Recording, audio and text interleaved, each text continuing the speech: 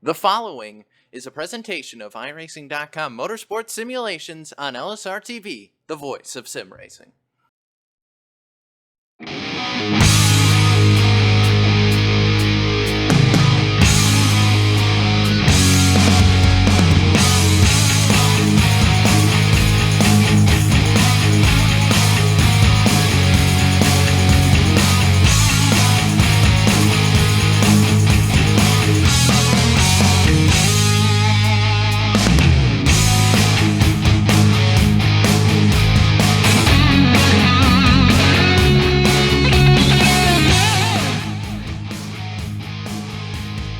Good evening and welcome to tonight's special coverage of the RealSimRacing.com Winston Cup Series right here live on LSRTV. We are live at the Talladega Super Speedway and the stakes have been raised for tonight's race. 35 drivers are going to duke it out for a chance to win $50. If you go to Victory Lane tonight, you will come home with $50. $30 will go to the second place finisher and $20 to the third place finisher. Up here in the broadcast tower, watching and calling all the action tonight is myself, Brian Macklin, and I'm being joined by my colleague, Rachel Whiteford. And then, of course, we have Cisco Scaramuza down in the production trailer, bringing that amazing picture to you every single night here on LSR TV. And Rachel, I'd like to take this opportunity to welcome you into the broadcast booth. We got a stacked field here tonight, and with the stakes being raised the way they have been, this is sure to be an action-packed race. Certainly is, Brian, and what a fantastic race we have tonight, of course. Well, these cars combined with Talladega. Draft is incredible with these K&N Series cars. They handle great. Some big names here and some big stakes. Going to be fantastic racing.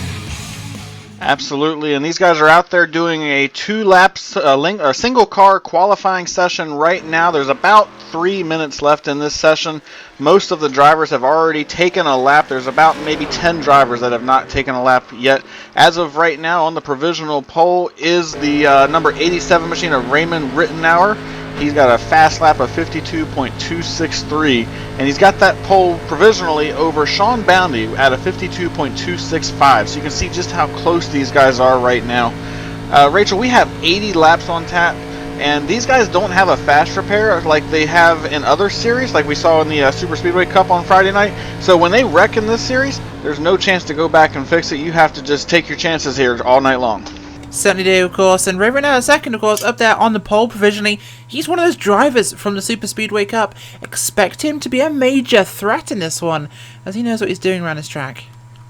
And there's actually quite a few drivers in this field that I think you can say that about. Raymond Rittenauer is certainly one of them. I think also Sean Boundy is one. He's sitting second in qualifying as of right now. How about E.J. O'Rourke? He's really good on the restrictor plate races. And then you can't forget Adam Gilliland. He's a former Peak winner in the Peak Antifreeze Series, and his win came at Daytona. So you have to believe he's going to carry some of that experience here tonight and be a factor as well. And then you look through the field, you've got former NASCAR driver Parker Kligerman in the field as well. So this field is truly stacked.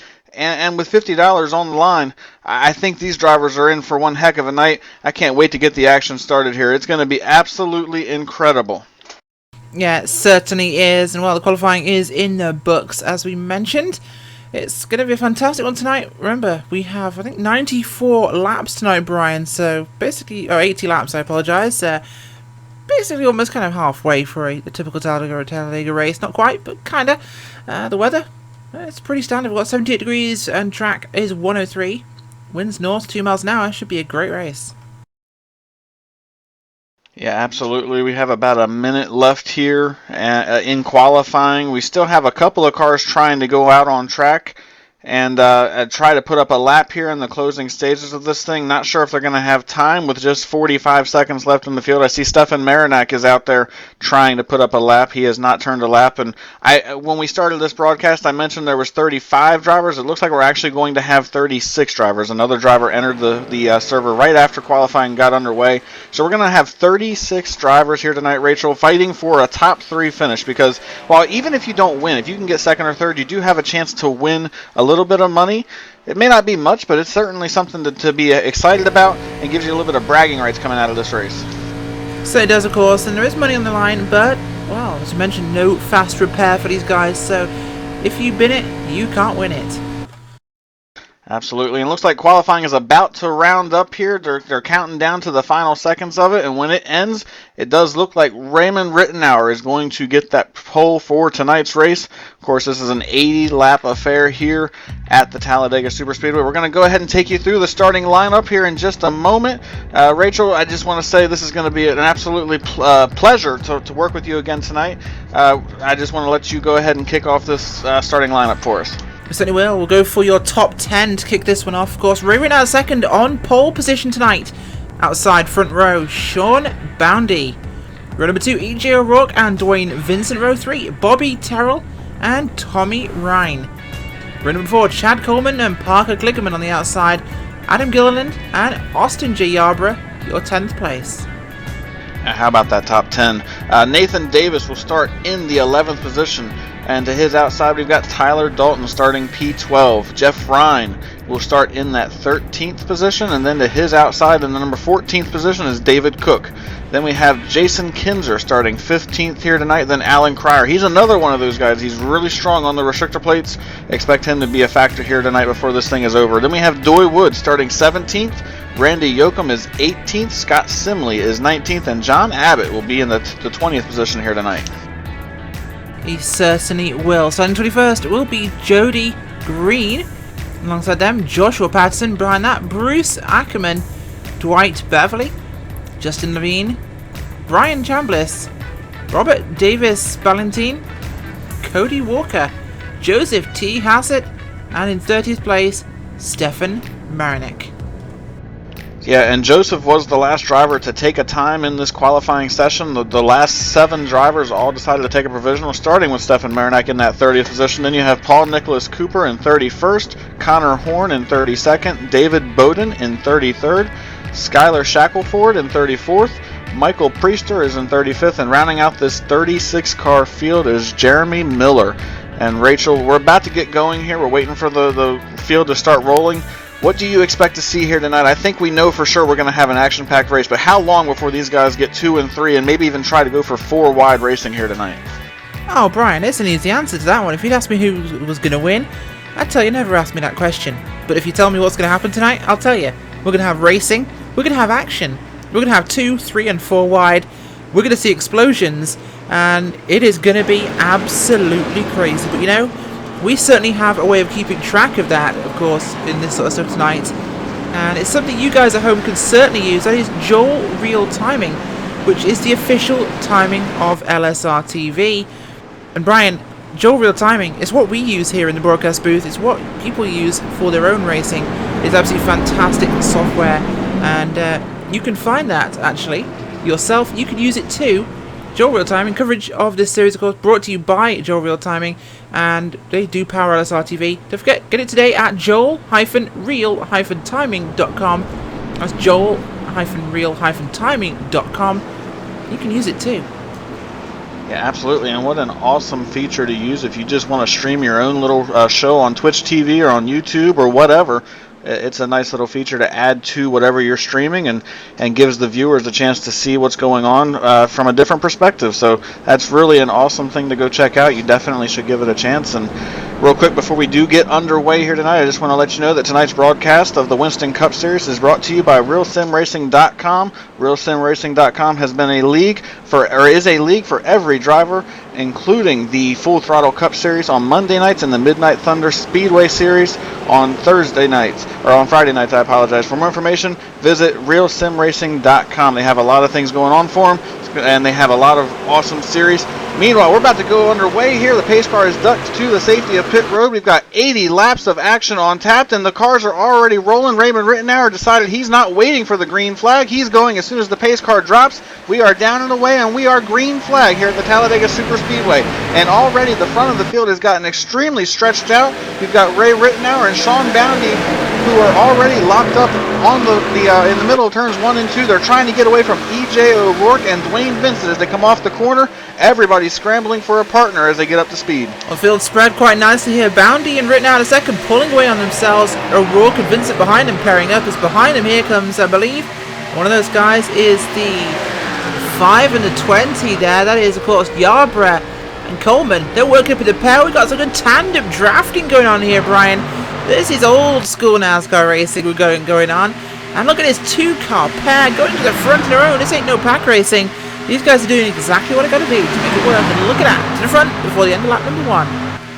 Absolutely. Ray Rittenauer started on the pole, but he will not lead lap number 1. Lap number 1 is going to go to Chad Coleman. He got a great push from Austin Yarborough as they came to the stripe, and then Chad Cole decided to drop to the bottom, or Chad Coleman, I apologize, dropped to the bottom in front of Ray Rittenauer, and now he's going to try to lead the inside line. That's going to allow Austin Yarborough to try to take advantage. He's got a big push down the back straightaway. I believe that's EJ O'Rourke behind him. He looked for a moment like he was going to try to make it 3 wide.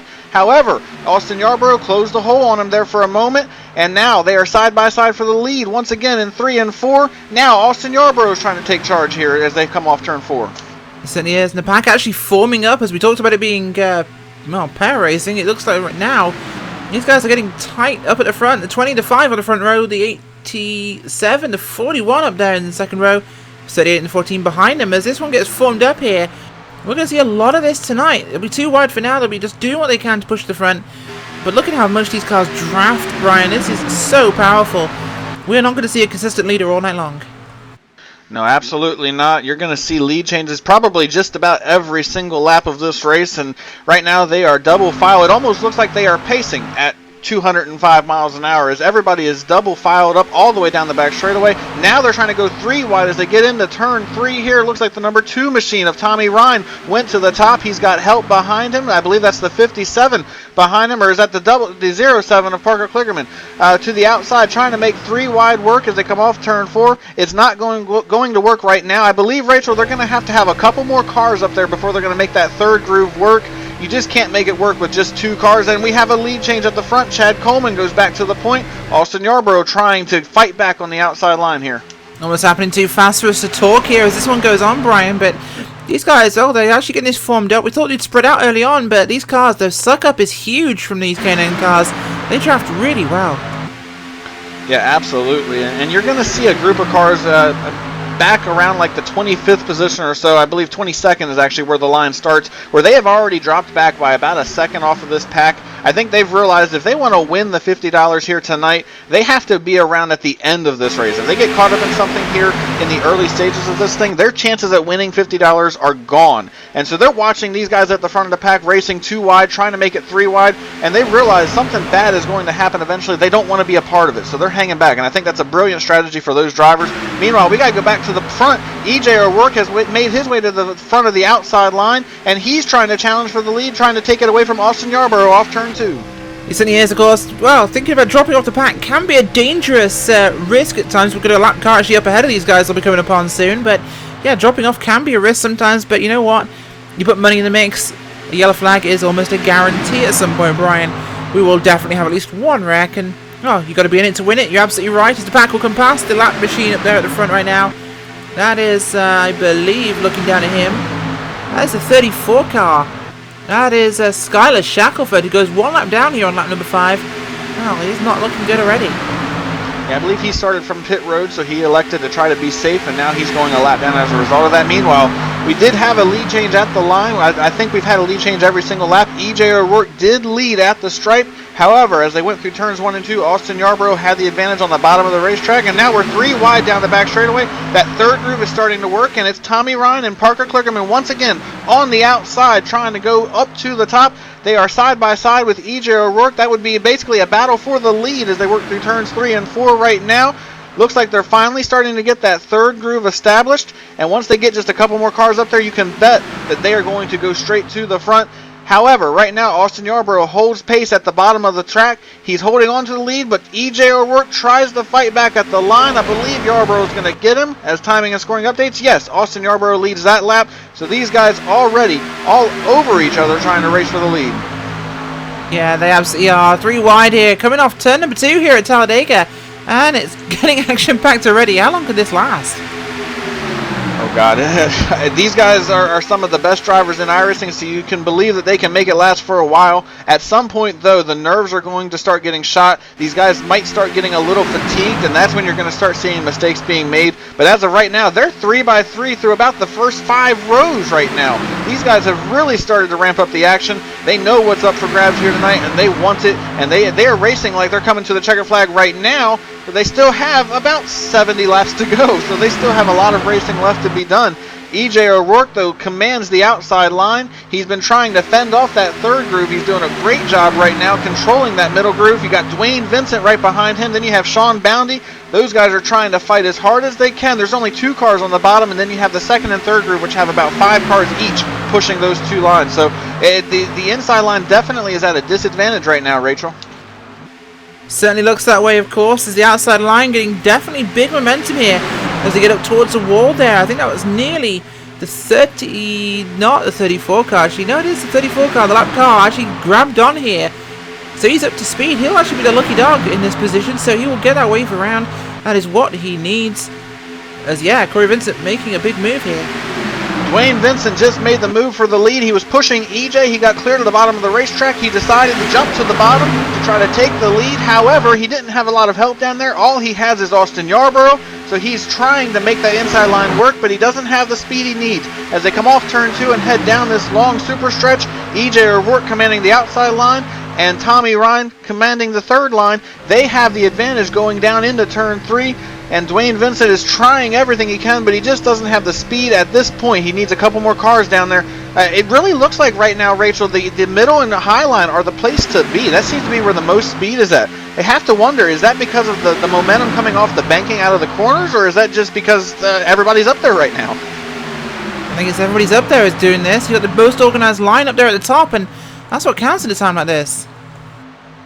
And Sean Boundy just jumped out from behind EJ O'Rourke. He's going to take control of the third groove. EJ now has help from Chad Coleman, but he's the lone man out at this point. He's trying to get his speed gathered back up. When Sean Boundy pulled out, he lost a little bit of momentum. That hurt his speed. And now you see that third line really starting to take charge. Looks like Sean Boundy has gotten clear to the lead. He drops back down to the middle groove. I thought he was going to go all the way to the bottom for a moment. He decided to stick with the middle groove, so now he's getting a push from EJ O'Rourke. And now here comes Tommy Ryan. Once again, these guys have been fighting hard on the outside line, and this pack is all bunched back up. You've got about 25 cars now within less than a second of each other. You could throw a blanket over this field right now.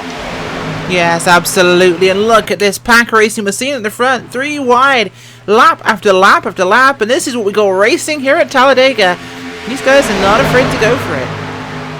Absolutely not, and they are doing it 3 wide. I wonder if we'll see 4 wide at some point as these guys get a little impatient. We have one car dropping to the bottom of the track down to the apron. I think he saw something he didn't like, and he decided to drop back for the time being. Didn't catch his number, so we'll have to go back and catch on that in just a second. However, back to the front, because that's where all the action is at. You've got still 3 by 3 all the way through about the first 6 rows trying to fight for this race lead. And so far, Dwayne Vincent's doing a pretty good job down on the bottom. I'm not sure if he's actually led a lap yet. Looks like he might get it this time. They're going to be drag racing to the start-finish line, and Dwayne Vincent will win the race to the line to complete lap number 11. So he's finally got a lap led in the books, but he's not going to have it for long. Here comes Sean Boundy and Tommy Ryan fighting in those top 2 lines, trying to take it away from him. Yeah, they certainly are top 2 lines. So they're getting a good run here. Parker Klickerman on the outside there. He is pushing hard in that 07 machine behind the 2 there of Tommy Ryan, and that's doing a good job. 38 to 34 behind him. Also, big shove here. This outside line really carrying momentum if you think about it. How much farther around this track are these guys going up at the top against these bottom 2 lines? They're traveling a lot further in the corners, but they're carrying more speed because they're just so much more hooked up here, Brian, and that's absolutely everything for this. They're carrying more speed because they have more cars up there. They're also carrying more speed because they have the momentum off the banking coming out of the corners. That's a big part of why they're able to go so fast up there. And that's why you see time and time again in the Sprint or in the Monster Energy Cup Series, those guys will get single file up by the wall and they'll just stay there because that's where all the momentum is at. You're not going to see much of that here tonight. I think you're going to see these guys doing exactly what they're doing right now, but you're going to see those top 2 lines prevail throughout most of the evening. And right now we're seeing that third groove really starting to prevail. Tommy Ryan has almost pulled himself and Klickerman clear. Ooh, hit. He decided to jump down in front of Sean Boundy. We have a couple of cars up in the wall. I believe that's John Abbott up against the wall. The 11 was one of them. And Of course, the he went number up 11 there machine. first. Yeah, Joshua Patterson got himself up in the wall on the high side, slams into the outside wall. Replay up for you on the screen there. He pulls it off the wall without damaging anybody else, but, well, he got himself in trouble there, and that's going to be him out of the running for this $50 prize fund because he's got a bashed up race car. Yeah, unfortunately, that's not what you want to see on lap 14 of an 80-lap event when money is on the line. This is why I feel like if you're some of these guys that are hanging back a couple of seconds, I think that's the safest place to be right now. I think they know that you can make the moves to get up to the front and challenge for the race lead at any point. These cars have such an incredible draft model that you can really go just about anywhere and find speed. It's just a matter of preserving that car so that you have the ability to have that speed when it matters the most. These guys up front, they're not thinking about that right now, though. They're still racing hard. We're not 3 wide anymore. We finally settled down to just 2 wide. Tommy Ryan leading the outside line. He's trying to take the lead right here at the line, and he's going to get it with a big push from Sean Bounty as they cross the stripe. And then it's also Parker Kligerman right behind him with EJ O'Rourke as well, trying to push this outside line around. Yeah, they certainly are there, and that outside line still looking strong right now. I think we should get some clearance now. They're not quite as far up the racetrack here. It's going to be exactly what they need on board there with a 41 car. EJ O'Rourke there looking at behind the bumper, Parker Kligerman. Pushing the 38 and the 2 towards the front, and this is the view of these cars, Brian. Of course, they're buffeting and bumping around here in the banking. This ain't no plain sailing. You have to wonder if maybe the incident with John Abbott and the 11 machine of Joshua Patterson, if that maybe made these guys decide they wanted to calm down for a minute, because as soon as that happened, the 3 wide kind of dissipated. We've gotten down to this 2 wide racing. We've not really seen anybody try to jump out there and create a third line again since that happened. So it almost makes me think maybe these guys have realized that they do not want to race that hard this early on in the race. They want to try to save it for the end of the race. However, they're still racing pretty aggressively.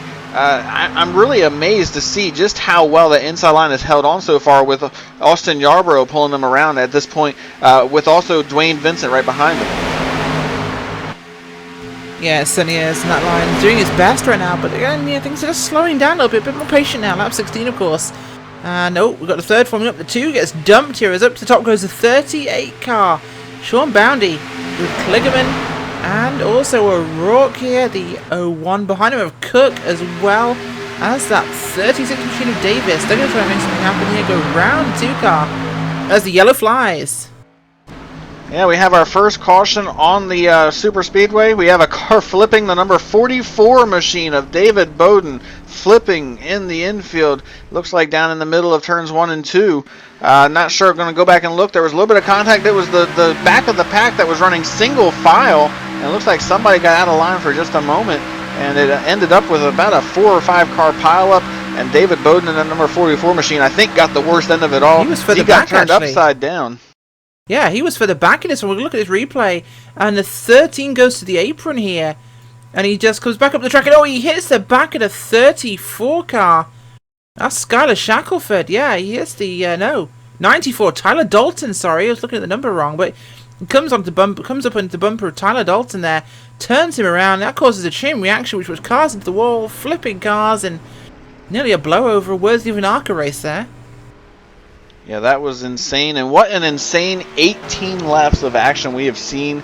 We still have about 62 laps of racing left, but these guys are getting to slow down and take a little bit of a breather here. I expect we'll see a lot of these drivers come to pit road. I don't know if tires will be at a premium, but I know fuel will be at a premium. These guys need to come in and get the cars topped off with some fuel. I don't know if you'll see anybody really worrying about tires. You might see a couple of 2-tire strategies, but I think for the most part it's just going to be come in and fill the car up with fuel and then get back out there and get ready to go back racing. I think we'll see tyres, definitely. Tyres are going to be something we'll probably see from these guys, but at the same time, it's fuel. Yeah, we're about halfway through a cycle here, so this is exactly when they need to pit. Yeah, we're waiting to see. Pit road is open this time by.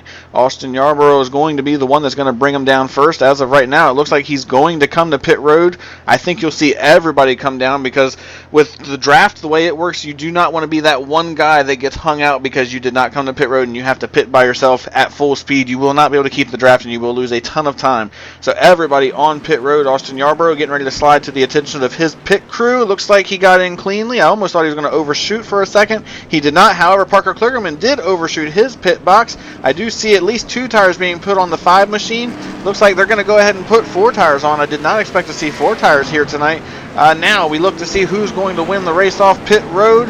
Looks like Austin, actually we have a couple of guys that did take 2. Sean Bounty comes out first with Jeff Ryan right behind him, and then Tommy Ryan. So those guys won the battle off pit road. Then Austin Yarborough was the first car out on 4 fresh tires.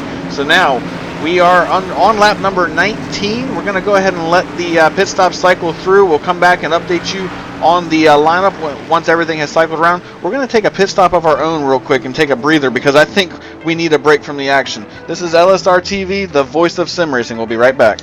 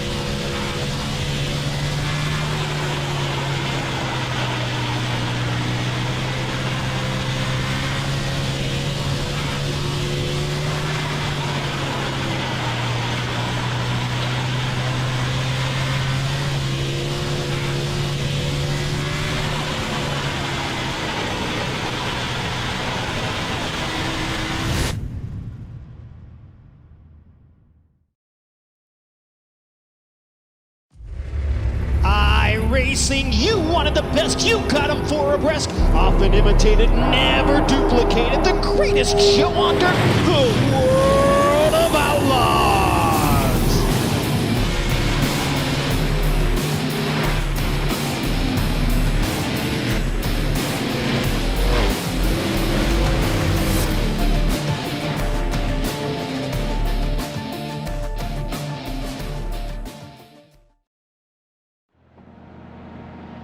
Welcome back to tonight's coverage of the LSR, or from LSR TV, of the Winston Cup Series at Talladega Super Speedway, presented by RealSimRacing.com.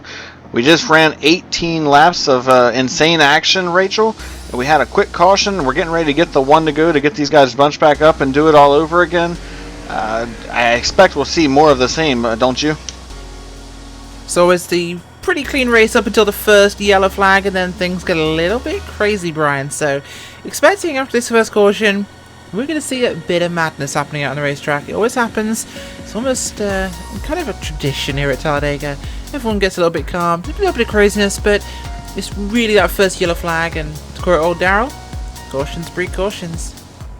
Absolutely, and we'll have to wait and see what happens. But I do want to take a chance to thank our friends over at Hippie's Paint Shop. Hippie's Paint Shop has over 5 years of experience providing top quality custom paint schemes for all iRacing vehicles at a low price. Because after all, at Hippie's Paint Shop, the cost isn't high, just the painter. There's a couple of cars out here I'm sure that he has provided to some of these drivers. He does an incredible job. Those guys do an incredible job. And here in about a week, he's going to have his hands full because, Rachel, we're going to have some dirt cars that are going to need being painted. So if you haven't already gotten into iRacing, now is the time to do it because dirt racing is officially coming to iRacing. Certainly is indeed. Dirt racing cannot wait. Sprints, late models, it's going to be amazing.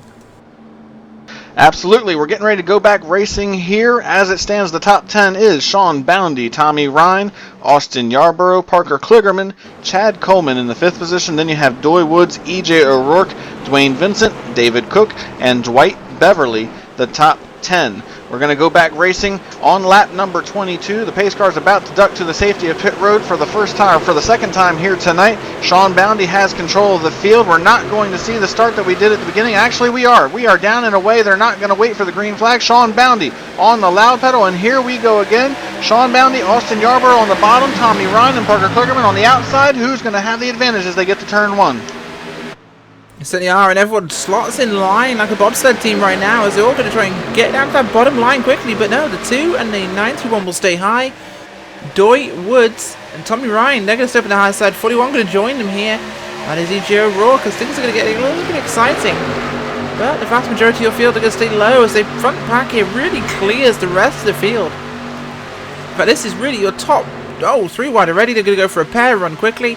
We saw this last time, of course, Brian. Very early on, pairs made the work happen on the first lap, and then everything settled down to pack racing. Yeah, absolutely. And on the initial start, Tommy Ryan and Parker Kligerman worked together, and I thought they were going to on this restart here. However, once Parker Kligerman got clear to the bottom, he dropped down and left Tommy Ryan hanging. Now he's pushing Austin Yarborough. He's going to try to push him past Sean Boundy.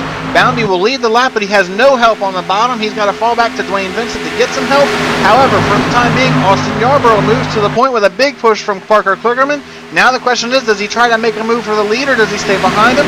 The answer to that right now is he's going to stay behind him as they go down the backstretch right now. A third line is beginning to be formed already. That is Doy Woods and E.J. O'Rourke up there trying to make it happen. And now here goes Parker Kligerman for the lead. He drops to the bottom of the racetrack in 3. He's got help from Boundy. He's challenging Yarborough as they work through turns 3 and 4, trying to take the lead for the first time tonight. Certainly is, and he will have that as they come out of 4, but will he have it by the time they reach the start-finish line here? Of course, Talladega, a little bit different to most racetracks, Brian, but he's got a good run. But on the outside, here comes the 5 of Yarborough. Drag race the line.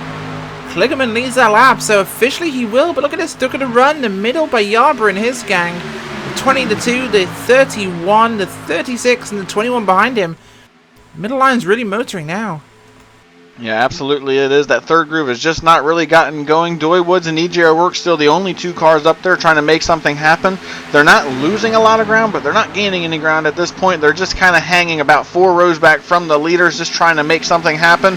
That's not going to get them very far without a few more cars up there. Parker Kligerman's trying to pull that inside line, though, around on the bottom. He's got the advantage off turn 4, but here comes Yarborough with a huge push from Chad Coleman through the tri-oval, trying to get Yarborough back to the point, and this time Yarborough is going to have a slight advantage over Kligerman. He will lead on lap number 25, and he's trying to control this line and pull them around. Now Chad Coleman is going to go to the third groove for a moment. I thought he's going to try to go around Yarborough. It looks like he's lifted to get back in line behind him, so they're not going to go 3 wide. Now here comes Boundy taking control of the outside line, and Chad Coleman does go to the third groove. However, he does not have a lot of help as E.J. O'Rourke and Doy Woods are still several car lengths behind him, so he's kind of left out to dry for the time being, and now Sean Boundy's trying to take the lead as they go through 3 and 4. It certainly is. This is getting crazy now as the high side gets a little wobbly. The middle line, very, very busy here. These guys pushing hard. We told you you'd get crazy after this restart. We were not kidding, Brian.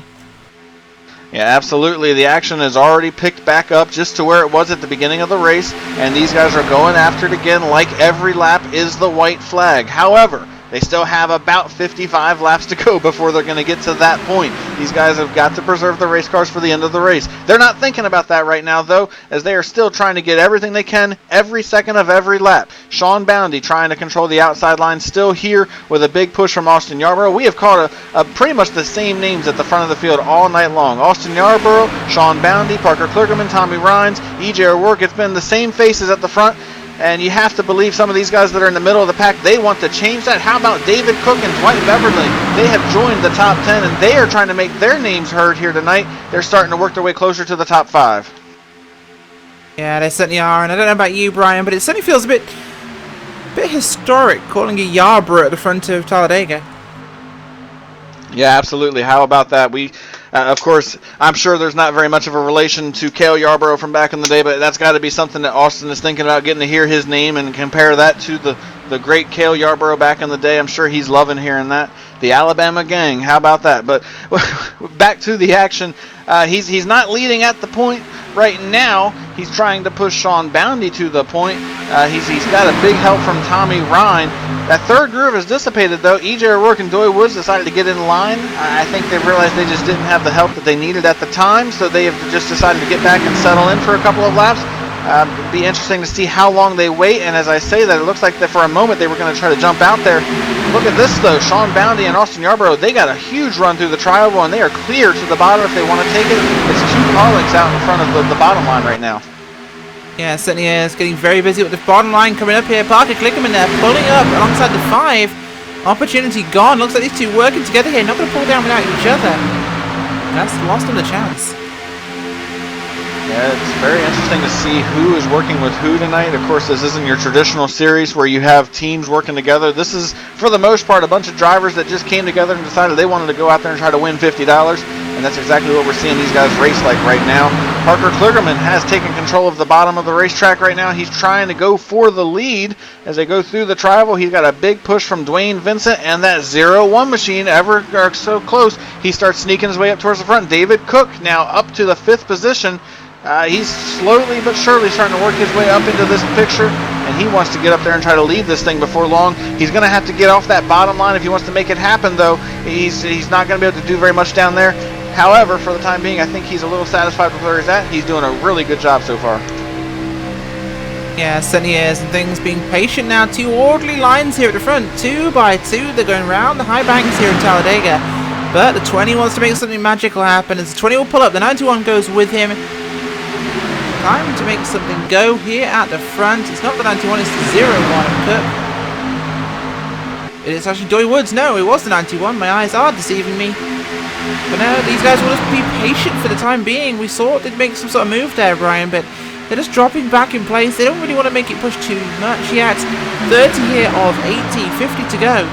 And, well, still plenty of time for strategy, and we expect we'll at least have 1 more stop left if they stay green. But who believes that? Yeah, we'll have to wait and see what happens, but you're absolutely right. At least 1 more green flag pit stop, assuming this thing were to stay green. They can go about 40 laps on the tank of gas, so they absolutely would have to come in for fuel at least 1 more time. Depending on when the caution comes out, they could have to stop more than once. So we'll have to wait and see what happens. However, these guys aren't worried about fuel right now. They're worried about trying to lead, and David Cook down on the bottom slid up in the tri-oval for just a moment. That caused the outside line to scatter for a second. They're gathering it back up right now, and Sean Boundy slices his way to the bottom of the racetrack. I think he decided he wanted to get down in front of Kligerman, and now he's going to try to control the inside line. That allows Yarborough to make the challenge for the lead as they come off turn 2. Certainly does, and Yarborough's going to make that move on the outside there. See what Austin J. Yarborough can do in this one. As the outside line will make its way forwards, Tommy Ryan behind him. And as they're joined by the 31 car of Dwight Beverly there. Beverly was back in the pack, but look at this, he's right up here in the top 5 now, Brian. This is what you call moving forwards. Yeah, absolutely, and just ever so slowly gets his way up there and just tries to start working his way methodically in there. Now Chad Coleman looks to the outside, Tommy Ryan looks to the outside. Everybody's trying to decide what they want to do, if they want to make a third groove. Now here comes the third groove. Chad Coleman, Doy Woods, E.J. O'Rourke, they jump up there. They're going to stay committed to it this time, and they've got a good run through the middle of the corner. I'd be interested to see how far they can take this. It looks like Tommy Ryan for a moment thought about going up there. He decided to stay in the middle groove for now, but here comes Chad Coleman fighting to the outside line. We have a wreck. Tommy Ryan's around, and there they go. E.J. O'Rourke involved. Dwayne Vincent is involved. A huge wreck here in turn 3. That's the first half of the field has been destroyed in this wreck. Absolutely, and these are some of the guys we thought would make it to the end here and challenge for this money, but the 31 didn't respond to the 2 checking up there. We'll get a replay for you. 31 did not check up because he was pushed by the 3. Concertina effect. The 2 gets squeezed out of line down. Here's the 14, turns him, and the quarterback is toast. 5 cars at the front of your pack escaped that one. 38, 07, 5, 20, and 91. Behind that, it's kind of a Talladega big junk out there, Brian. Absolutely, and this is when you were one of those guys hanging around at the back of the pack where you really looked like a smart person, because those guys that were hanging out towards the back, they were able to get on the brakes, and for the most part, they were able to avoid all this going on. So very smart call by some of those guys. However, a huge wreck just took out at least a dozen of our front runners. Going to have to try to get a body count on how many cars were actually caught up in that wreck. I'll try to do that here in just a moment. Easily at least a dozen cars, though. And with not having a fast repair, their nights are indeed done. They will not have a chance to go out there and win the $50. And there's really not much to go out there and just ride around and log laps for at this point, because I think for the most part that's all anybody was really in here for tonight, was that $50 bonus. Yeah, absolutely no points to go home with tonight. It is win or go home. There is no point other than the top three. Absolutely, and these guys are back to pit road, and we were just talking about that fuel window. This would put them outside of the fuel window, assuming this thing were to stay green to the finish. 47 laps to the conclusion. They will not be able to run that to the distance without having to come back and get fuel one more time. Sean Boundy led them into pit road. He's in his pit box. He's getting tires. He's going to get some fuel. He's going to try to get back out there and see if he can't take control. He's going to take 2 tires, and Sean Boundy will already be down and away. And then Doy Woods is going to be the next car off pit road, followed by Austin Yarborough, and then Bruce Ackerman, and then Parker Kligerman coming off pit road. They're running very similar paint schemes, and I got them slightly mixed up. But the top 5 has been shaken up just a little bit here, Rachel, and the entire field, for the most part, has been shaken up after that wreck. Oh, everything's been shaken up apart from 5 cars who survived it. A couple of guys are a little bit sideways on pit road right now as they're trying to get into their boxes, but some very unique pitting angles. We'll see what happens as they come off pit road, but this one is still a lot to play for. Yeah, absolutely. And then we do have one driver that elected to stay out. I think he was just trying to lead a lap. That's Robert David Ballantyne. He's out there with a little bit of a tore-up race car. I believe he might have been caught up in that wreck. His car's actually pretty beat up. So I think you'll see him come to pit road here in just a moment, and then he'll more than likely get that car repaired. However, Sean Boundy will reassume the lead once that happens, and he's going to have Doy Woods behind him. And now, Rachel, I have to ask the question. Since that wreck happened and we've seen this field really be thinned out, we're going to have to see some new pairings and some new teamwork be formed by these drivers. How hard is it going to be to find new partners out here as they get back going? Well, this ain't an easy dance, of course, Brian. These guys have to have some trust in each other. A lot of those names at the front, they are familiar names. We know they race together a lot. Some of these guys from mid-pack, not so much. So, this is a dance of trust. You can't trust your partner. Well, they might step on your toes. In this case, stepping on your toes at 200 miles an hour ends as we just saw. Yeah, absolutely, and that's not how you want anything to end, especially when you're racing at 200 miles an hour, because it's a recipe for disaster. Looks like we're going to go around at least one more time before the lights go off on the iRacing Mustang. So we have a couple more laps of caution here. Just going to have to wait and see what happens. We're going to go ahead and take you through the top 10 real quick. As it stands, Sean Boundy is your race leader, then followed up by Doy Woods, Austin Yarborough, Parker Kligerman, and then Chad Coleman rounds out the top 5. Then you have Jason Kinzer, John Abbott, Paul Nicholas Cooper, Justin Levine, David Cook is the top 10. And how about a couple of those names, Paul Nicholas Cooper and Justin Levine? They started at the back of the pack, and while I know this is one of the few tracks, Rachel, where you can qualify at the back or not qualify at all and come through the field pretty easily, it's pretty impressive to see these drivers are keeping their cars clean, and now after that big wreck, they're coming from the back and they're up inside the top 10. Certainly is, and we're looking forward to seeing exactly what they do with this one. We can see some new names up there. Some guys who've been patient so far. Maybe it's time for them to shine. Yeah, absolutely. How about Stefan Marinak? He started 30th, and he's sitting back there in 15th. He's a RSR veteran running here tonight, trying to see if he can go up there and challenge. And you've got to believe there's a little bit of bragging rights at stake for some of these guys that are in RSR, that are full-time RSR competitors. You know they want to get up there, and they want to win this, not just for the money, but just for the sake of saying, hey, I'm an RSR veteran, and I want to go up there and win this race. You got to believe they want to be able to prove that they are what makes this series what it is and what this league is about. Oh, for sure, Brian, and those guys are fantastic drivers.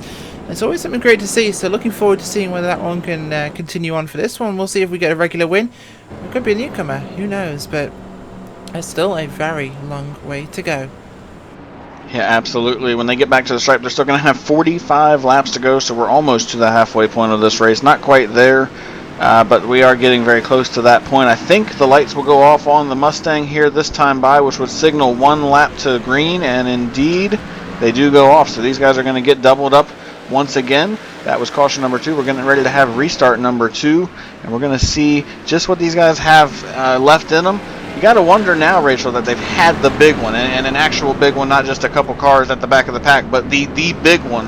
Will they calm down at all and try to save it for the end of the race, or are they going to go back out there and do more 2 and 3 wide racing again? I think that would be the question, Brian. Will they be patient? Will they wait? Or are we going to see more of the same?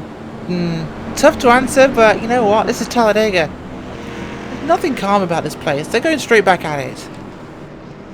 Yeah, I have to agree with you in this one. I think they're going to get back out there and go at it pretty hard. Before we get back racing, we've watched almost a half a race so far. If you had to pick a favorite for the second half of this race, who are you going to pick as your favorite to go up there and try to win this thing? I can't pick a favorite out of this, Brian. I told you to start. It's not possible to pick a favorite or even that's why pick I put a you on winner the spot. until the end of one of these races, usually when they've crossed the flag already. But if I have to pick someone, it's going to be one of those guys who's still at the front now, because where's the best place to miss a wreck at Talladega? Be at the front for the whole race. And right now, it's guys like Sean Boundy, it's guys like Doy Woods, Austin Yarborough, Parker Kligerman. Those are my favourites. It's going to be one of those 4. That's my pick. I'm going to go with Chad Coleman. I think he's one of the better restrictor plate drivers in this field.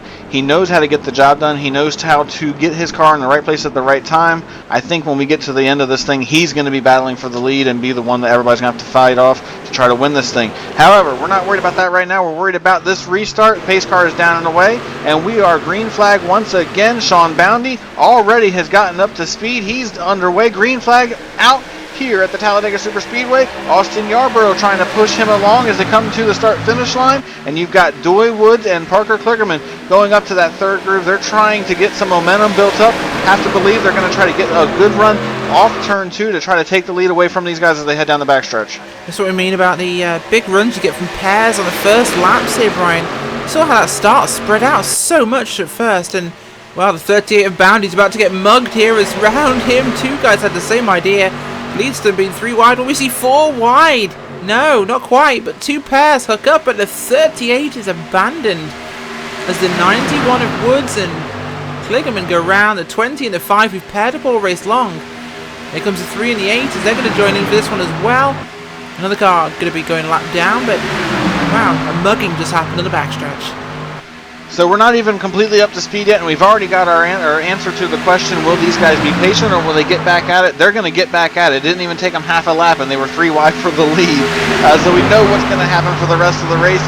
Doy Woods, he's been trying to get to the front all night long, and now on lap number 38, he leads the outside line. He's trying to take the race lead away from Austin Yarborough. He's got a lot of help from Parker Kligerman right behind him, and then that's also the 3 of Justin Levine trying to push that outside line around. We only have a pack of about maybe 10 cars right now. Looks like 12 cars actually in this front pack, so we can see just how much this field has been thinned out as a result of that wreck.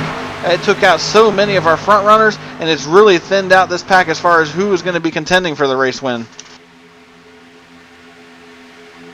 Certainly has, and this front pack is tiny, like you say, in comparison, but still some big boys in this one, and I think they've definitely got the clout to make it happen, but it's very, very tough at this point.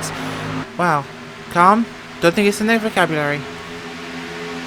Yeah, absolutely. You see these guys are trying to work around each other, and you see Justin Levine now trying to lead the outside line and trying to get his way to the front. We were talking about him under that caution.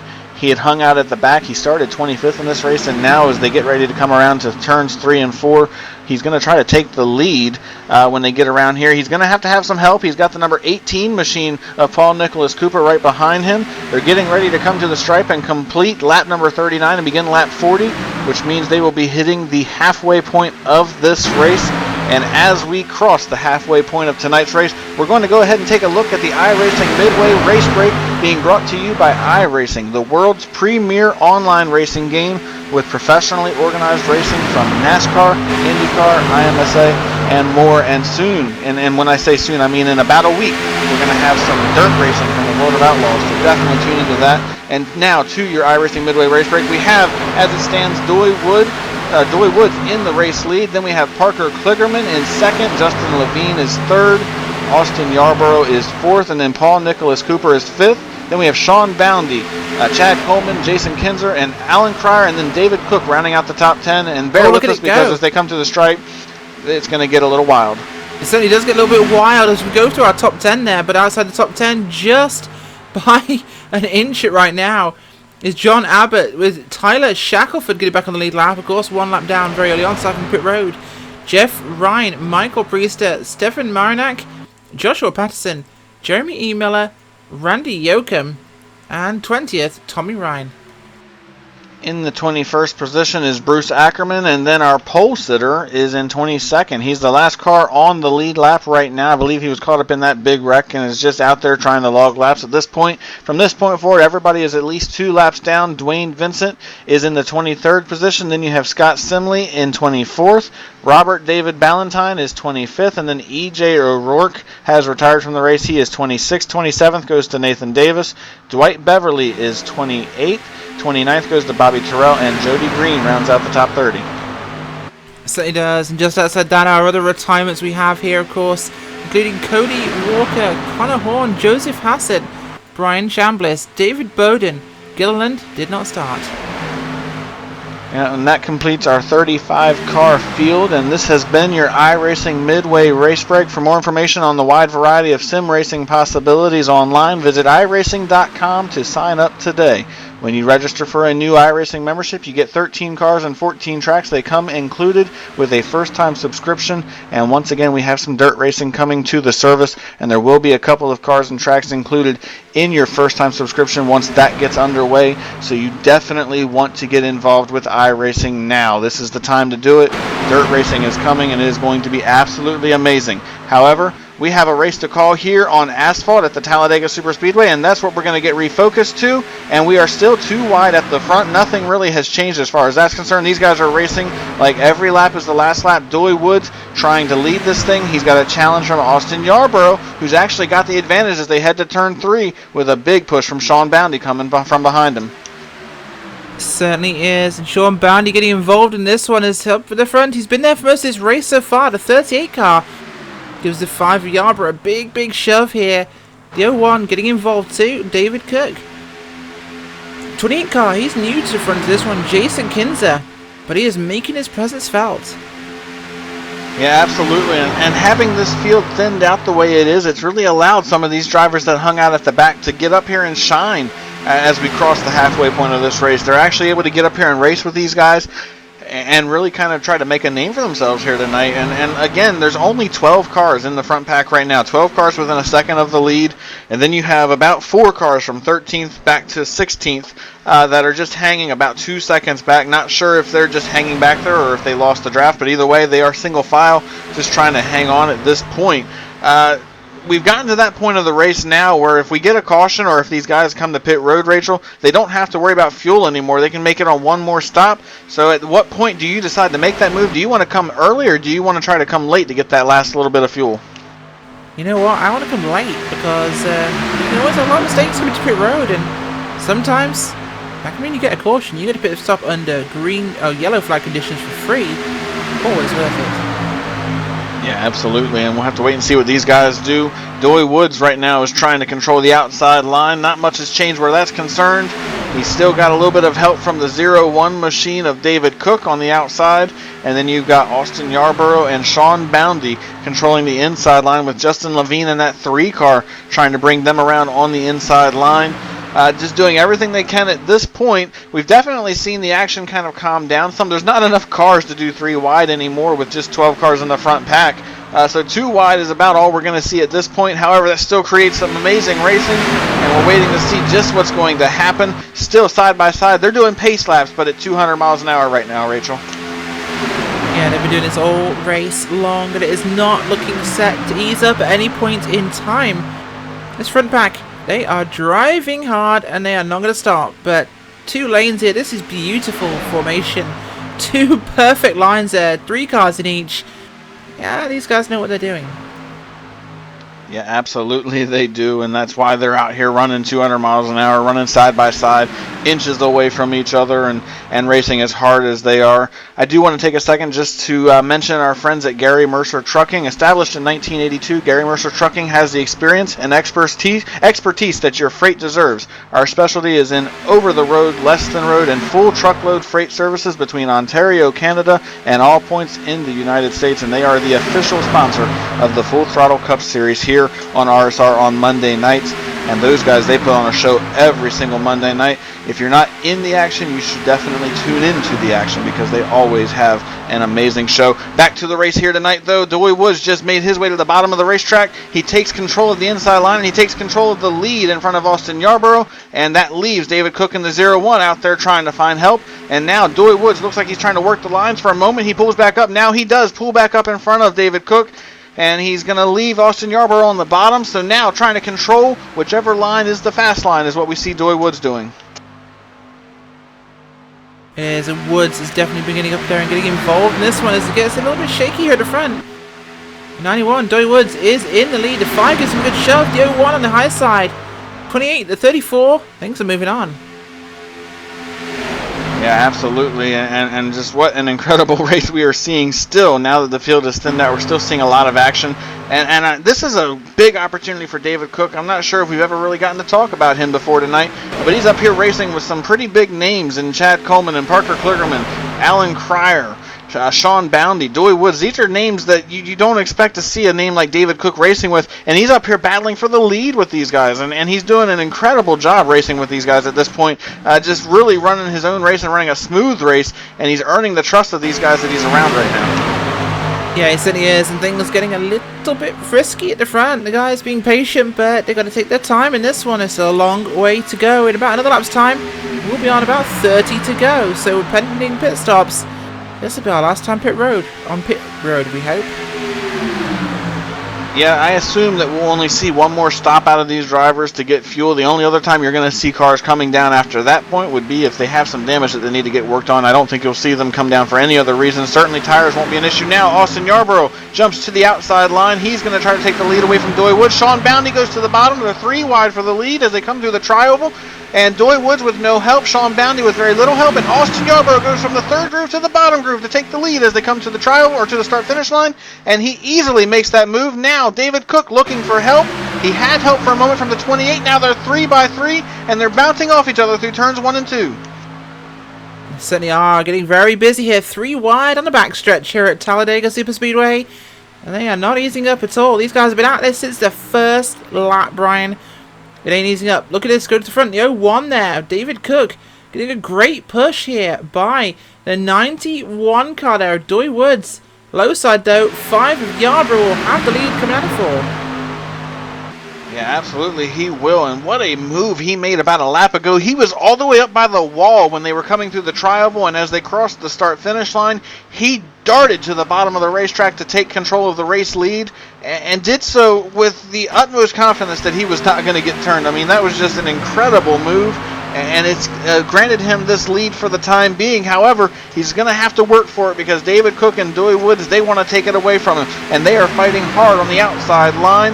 And then you've also got a couple other stragglers back there. How about John Abbott just kind of hanging out at the backside of this top 10? He's in 10th right now, not really making a lot of noise, but staying in position, waiting for the right time to make his move. You've got to believe he's going to try to make something happen as we get closer to the end. Certainly is the way this one's looking, and it's getting busy at the front. Lot of on-track action here. It's 8 cars really making all the noise so far at Talladega, but there's 2 more behind them. The 10 and the 07. Those, of course, the guys of Parker Kligerman and John Abbott. They will be involved, of course, but things getting frisky. All right, well, we have just completed lap number 52. Right now, as it stands, your top 5 is David Cook as the race leader, then Austin Yarborough, Doy Woods, Sean Boundy, and Alan Cryer. We're going to take another pit stop real quick, but we're going to do it LSRTV side by side so you don't miss a moment of the action. We'll be right back. This is LSRTV, the voice of sim racing.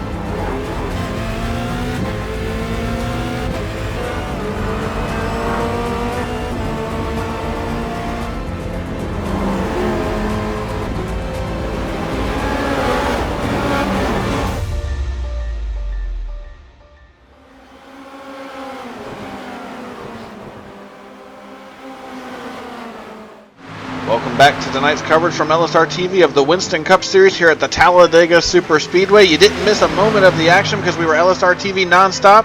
And as you saw, these guys were slicing and dicing 2 and 3 wide the entire time we were away. And while all that was going on, Justin Levine made his way to the race lead with a big move and a big push from Austin Yarborough. He's trying to control the inside line. He's got Sean Boundy down there as well. And these guys are all just trying to race as hard as they can. David Cook trying to push around on the outside line. I believe that's Alan Cryer behind him trying to make something happen. So still lots of action going on. We're on lap number 56 right now. We're approaching 25 laps to go. We're actually at 25 laps to go in this race. And these leaders now, Rachel, are catching a little bit of lap traffic. So it's going to be interesting to see how that affects them while they're racing. There's about 5 cars ahead of them, about a half a straightaway right now. They're going to be catching probably in the next 5 or 6 laps. Well, that's what I'm going to be interested in seeing here, of course, Brian. Waiting for these guys to get a single file when they prepare to head to pit road. Of course, they have to do it at some point. They're too wide. They're going to have to work their way into the single file line so they can all make their way down there. Otherwise, we'll have problems with that as well. So they'll do it before they reach lap traffic. If I was these guys, I would think about doing that. That's 5, 6 cars up the road from them. Now would be a great time to pit before they get into that traffic. I absolutely agree with that. And they've ran about a half a fuel tank that they can run. You can run roughly about 40 laps, and they've ran just over 20 laps at this point. So they're approaching that point where they are at about a half a tank of gas. And now they have caught the lap traffic. It wasn't 5 or 6 laps. It was about a lap.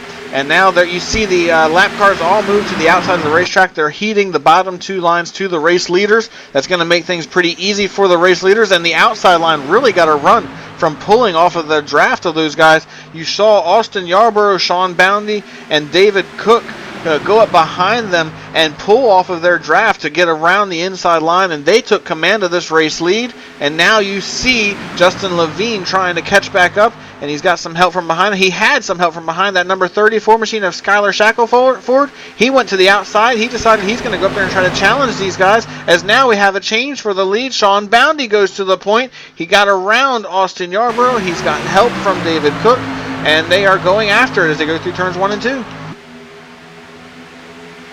Certainly is, as they get out of turn number 2 now. The field getting through this traffic. There's a bit of contact there. Some cars go sideways on the backstretch here. Not sideways, they hold it together, I should say. A little bit sideways, but the 34 got very, very squiffy there. Tyler Shackelford up in the mix in this one, and he nearly caused a huge crash, Brian. Yeah, absolutely, but these guys sorted it out, and they are back at it still at 200 miles an hour. They're single file right now for the moment. You got to go back to Sean Boundy, who's trying to find some help. He's about 5th in line on the outside. He's trying to get a little bit of help. He's beside Skylar Shackelford, and he is trying to get somebody to come up there with him. John Abbott is starting to close in on the back bumper. So here in just a moment, we might see the outside line form back up. The number 28 machine is also trying to get up there. That is Jason Kinzer trying to give them a little bit of help. So the outside line starting to reform back up, and as we've seen all night long, it's not going to take very long for that to happen. There has been amazing 2 and 3 wide racing all night throughout this race, and we expect that to continue here as the race moves on. Certainly do, and the pack is getting busy, but when do they come down pit road? Well, as we said, they have to get a single file to do it, and they are not doing that yet, so expect a lot of laps first, because this racing is far from done. 20 to go next time by the line, and, well, I still can't pick a winner, can you? It's definitely difficult to do, but I'm still going with my original pick that we did right before halfway, and that was Chad Coleman. I just feel like while he's hanging back in the 11th position right now, he's biding his time, he's waiting for the right time, and when that time comes, I think you're going to see him get up there and challenge these guys and really put it on as they get down to the end of this thing. However, he's back there in 11th right now, just kind of hanging out. And to your point about the fuel and when they come to pit road, I almost think it would be beneficial at this point if you can find somebody to come with you to come to pit road now and do it under green. And if a caution were to come out after you have made your pit stop, you're going to have the track position, because those guys that stay out there are going to have to come to pit road. If you come in now and we get a caution in, like, say 5 laps, you're going to have the advantage over those drivers because you're going to go right to the front. Certainly are, and the front is where the action is right now. They've not calmed down. They're not going to calm down. This one's still very, very busy. The action definitely heating up as more drivers joining into this one. Like Justin Levine, of course, we mentioned earlier. Shackelford, Krier, and Kenza. This is definitely becoming a bit of a bitter fight up here. it's not calmed down from lap number 1, Brian. This is some decent racing. Absolutely it is, and now that they have caught and passed that lap traffic, we're starting to see a few of those drivers blend in to this front pack. They're not racing for the front positions right now, but I do see Jeremy Miller in the 30 machine kind of hanging out in this pack as well. They are battling for a lucky dog position. A couple of these drivers are. Tommy Ryan is right at the back of this pack. He's also in position to try to win or get the lucky dog. And then you have Joshua Patterson. So these guys, while they're racing for a lap down position, they are racing for something should a caution come out. So we might see them get a little aggressive and maybe get up there and mess around with some of these leaders. That could be pretty interesting, especially if Tommy Ryan and Joshua Patterson get caught back up to this pack and make it a three-way battle for that lucky dog spot. Yeah, certainly is, and lucky dog spot is very important for these guys. And as you say, well, Miller's up there on his own at the moment, so he's the one really going to benefit from this. As the two behind them with the lucky dog spot, Tommy Ryan and Joshua Patterson, are drafting as a pair behind your leaders. So it's really Jeremy Miller who is definitely getting the lucky dog this time by, as long as he stays with his lead pack. Yeah, we're going 3 wide for the race lead right now. You got Sean Bounty down on the bottom. You've got Austin Yarborough in the middle. Then you got the number 28 machine of Jason Kinzer on the outside. But Jason Kinzer is doing it with no help, and he is dropping back in a hurry. And we have a contact in the back and a big wreck, and that's going to take out a couple of those lucky dog positions. Jeremy Miller was involved. Jason Kinzer was also caught up in that, and 3 or 4 more other vehicles. So that caution that we were just talking about, it has come out, and now green flag pit stops are off the table. These guys are going to come in under caution to get their final pit stop taken care of with inside 20 laps to go here at the Talladega Superspeedway. They certainly are, and the 28 was one of the causes in that. He gets into the wall on his own, comes down, hits a 30 car, and that sets off a chain reaction there, which tips the 16, who was a complete victim in that one, Brian. Talladega will Talladega. Yeah, and the real big loser in that was obviously Jason Kinzer, but also Alan Cryer. Alan Cryer was just hanging out at the back of this pack, just waiting for something to happen in his favor. And an unfortunate set of circumstances has pretty much ended his night. His car is still rolling, but it's got a significant amount of damage on it, and he's going to have a hard time staying in the draft with a car looking like that. So unfortunate for Alan Cryer. That eliminates 2 of the drivers that were able to maintain that front pack. So it looks like we're going to be down to just 10 drivers racing for the race lead here in the last 15 laps of this race, with Sean Bounty and John Abbott out front. And how about John Abbott? We have not called his name hardly at all tonight, and now with 15 laps to go, he's up there in second. It's funny how patience can end up getting you to the front at the end of a super speedway race, Brian, but that's what it's done. Yeah, absolutely, and now we expect to see these drivers come to pit road for what we anticipate will be their final pit stop of the evening. Pit road is open. Sean Bounty has quite a gap on the rest of the field. He's the first car to pit road. He's the only car in the top 10 to pit road. Maybe my math is off, Rachel, but I don't know if these guys can make it to the end on fuel. We'll have to check in on that and see if the fuel window is a little bit further than I thought. But Sean Bounty, the only driver in the top 10 that came to pit road.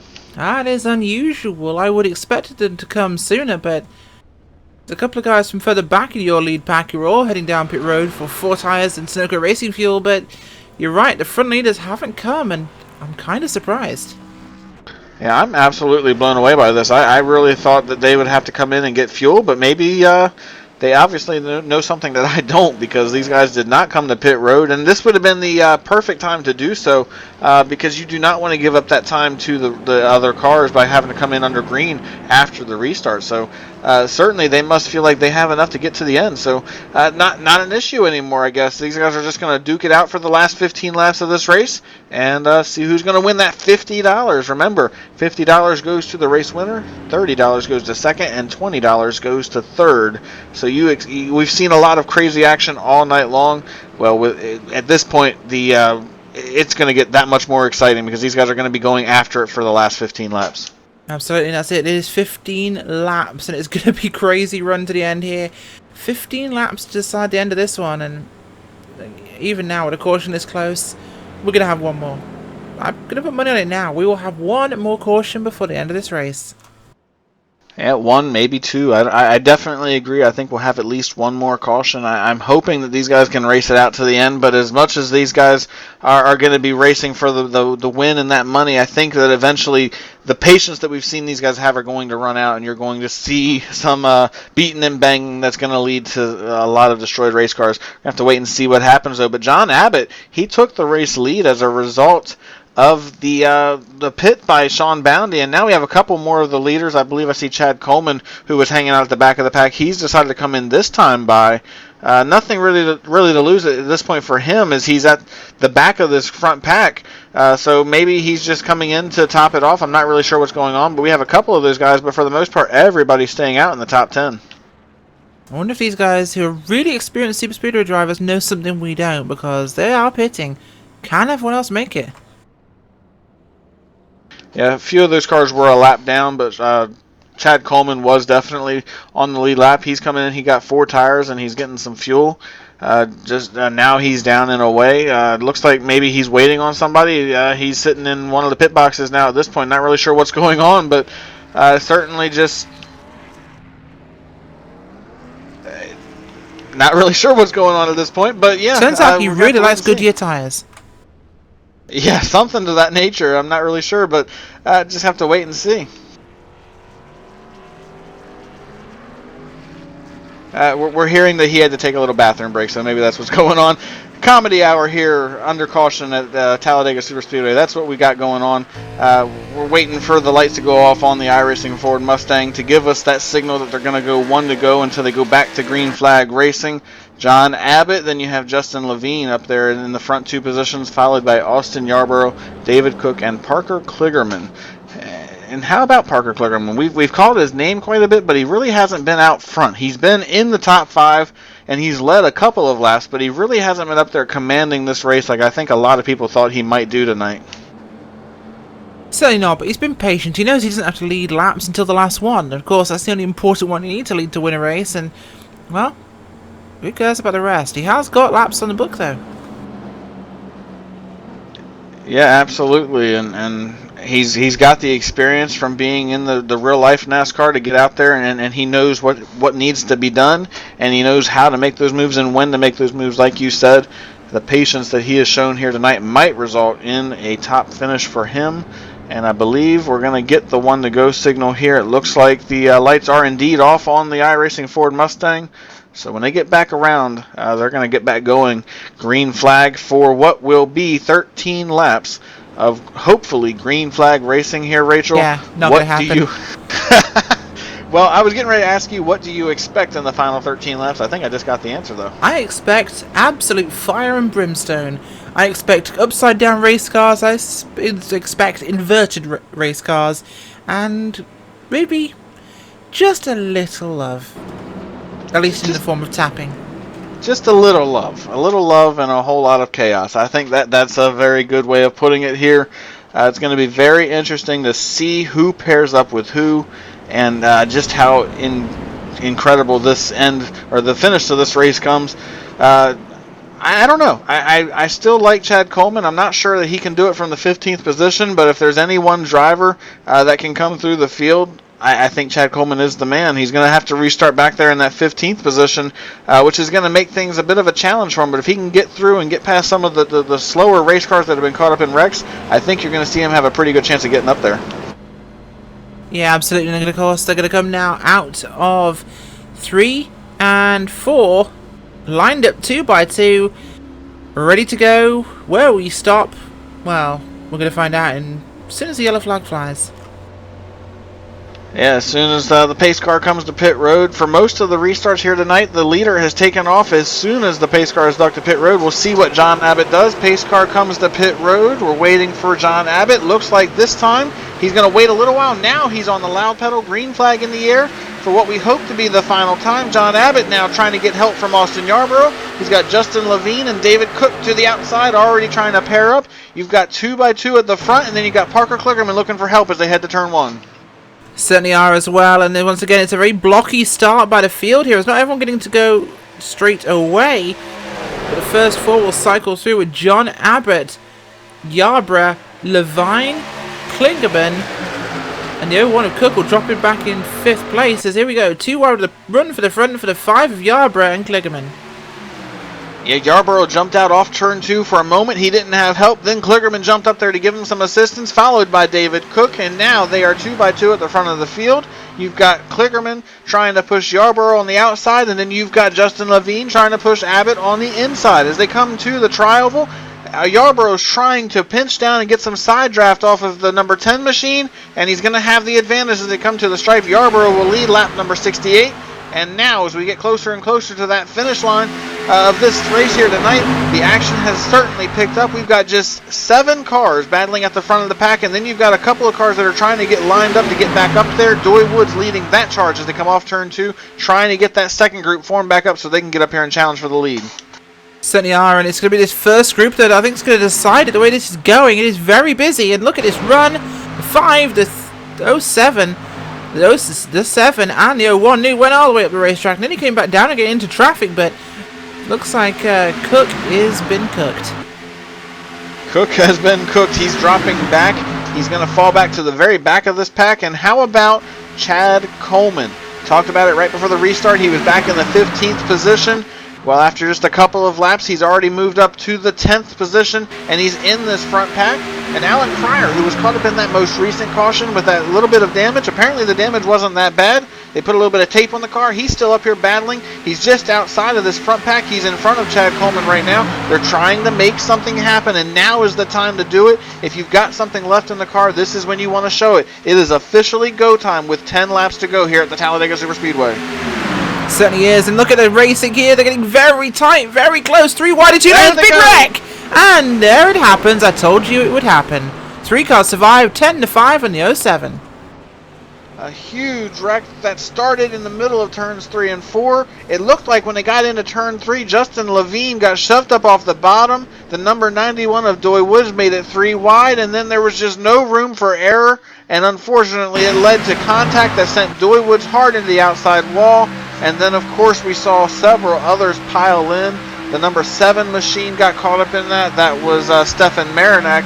We hadn't really called his name at all tonight, but he was unfortunately caught up in it. Alan Cryer, who was caught up in the last wreck, he got caught up in that wreck. I believe David Cook also got a little bit of damage as well. So what few cars we had left to battle it out in the closing stages of this race, they're all gone. And how about Sean Bounty? He made it through all that mess. Well, to go and quote some Darryl Waltrip, because that's my role tonight in this one, but, well, looks like they gone done it. They gone done it. I like that one. That's a perfect way of saying it. We're going to get you an onboard view from Sean Bounty's view. He was at the very back of this pack, and somehow he made it through without a scratch and still has an opportunity to get up there and challenge for the race lead. He's currently sitting in the 5th position, and I believe at this point, Rachel, we only have about 5 cars that don't have any damage, maybe 6, depending on how bad David Cook's car is, but we don't have many left to fight for this top 3 positions. See, when you throw dollars into the mix, crazy happens. Yeah, absolutely. And now for these drivers that are still in the mix, you almost have to wonder, how hard do you want to push? Because for 3 of you, you've pretty much got a guarantee for money. I know there's still 3 positions that won't get you any money, but you're not racing against 25 other competitors. You're racing against about 6 competitors. You have to wonder how hard these guys are going to push. They're going to get at least one more restart. That I believe will only get one more restart, because if another caution were to come out, I'm pretty sure that would end the race. So how far do you go? Do you wait to the last lap to try to make your move at this point? I think that would be a sensible call. I think ride for a few laps, make sure this one's running, and then make those moves in the last lap. Because if you do get wrecked, then, of course, race to the flag. Yeah, absolutely, and that would be the way to do it. I think if I was in their shoes, that would be what I would want to do. I think I would be communicating with the spotters of the other driver saying, hey, let's just get single file. We can sort this thing out once we take the white flag, but I don't know. We're going to have to wait and see what happens. It's going to be very interesting. But we are going to take one last quick moment to take a break of our own. We're going to just step away for a brief commercial break. We'll be back to bring you all the action and bring you the conclusion of this race here at the Talladega Superspeedway. This is LSRTV, the voice of sim racing. We'll be right back.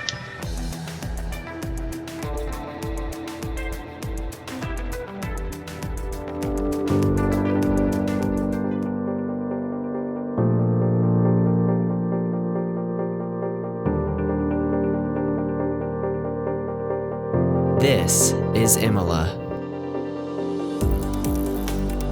Once part of the Formula One World Championship calendar, this historical track, named after Enzo and Dino Ferrari, hails from north-central Italy and has been subject to numerous revisions since it was founded in 1953.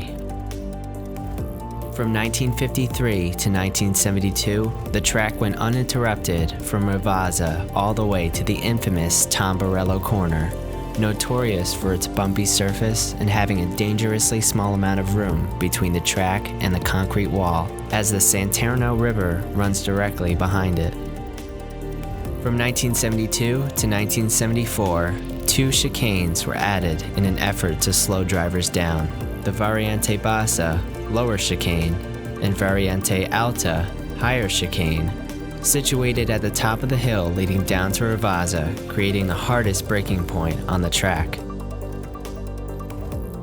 In 1980, Imola made its debut in the Formula One Grand Prix, after organizers were engaged in a dispute with Monza. In 1981, Imola remained in the F1 circuit as the San Marino Grand Prix. The circuit was subject to constant safety concerns even after adding numerous chicanes. Tamburello Corner was especially dangerous, where a car crashed into the wall in 1987 and another in 1989. The tragic weekend of the 1994 San Marino Grand Prix shocked the motor racing world.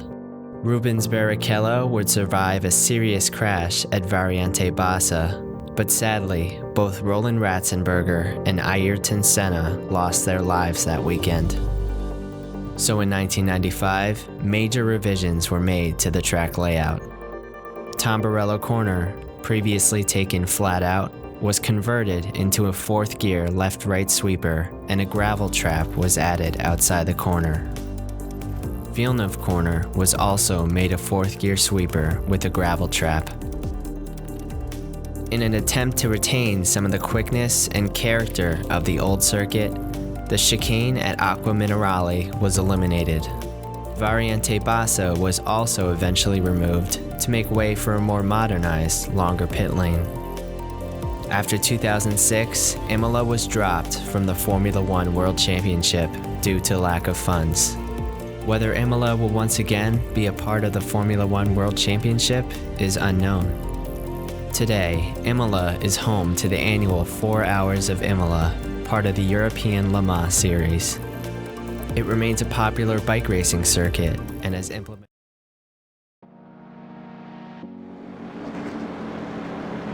We're back live here at the Talladega Superspeedway for the finale of this coverage of the Winston Cup Series here at Talladega. $50 up for grabs to the winner of this race, and then of course $30 goes to second and $20 to third. I'm Brian Macklin, got Rachel Whiteford in the broadcast booth here tonight with me, and of course we got Cisco down in the production trailer bringing all this action.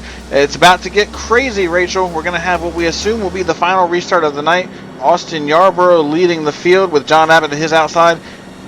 You've been saying it all night that all heck was about to break loose. It's really about to break loose now.